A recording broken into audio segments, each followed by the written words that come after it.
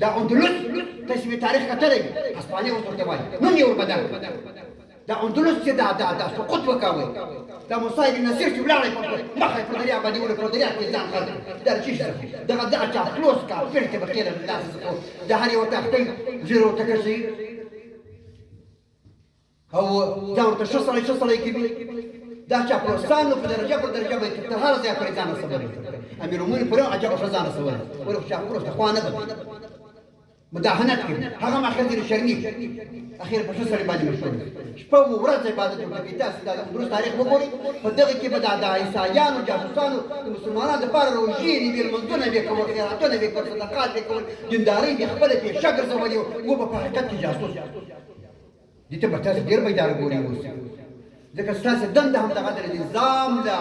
لوړو حیثیتونو څخه دفاع هغه چاپلوسه طبقه هغه اول کس په داسې ځکه د ده ضرر ډېر عام دی ضرر جامعې ته رسېږي ټولنې ته رسېږي تر څو زما استاد دغه ښایسته ټولنه را سپورتاژ نه کړي ما ورته د ښایسته اداره کې اوس جوړه ده مخ پر رغېدو دغه را سپورتاژ کې را خرابوي او جاسوس یې ډېر ژر خرابولی او ما ورته ما به شیطانت کړي پروپاګند کړي ما خبره تا ته استاده ما ته غلط راوړي ما ښه نظر ستا ته غلط تعبیروي پر اکثرو باندې موږ تاسې بدګمانه چې ورسره کښېنو پرې باور وکړئ هغه ډېر تعامل سړی وي ښه ملګری وي ښه فکر یې وي ښه عقل یې وي وطن دشمن وي ما ورته یو چاپلوس ما ورته یو غلط جاسوس فاسق خو بې نه به یې ورته ویل فاسق هلته ګوره ویل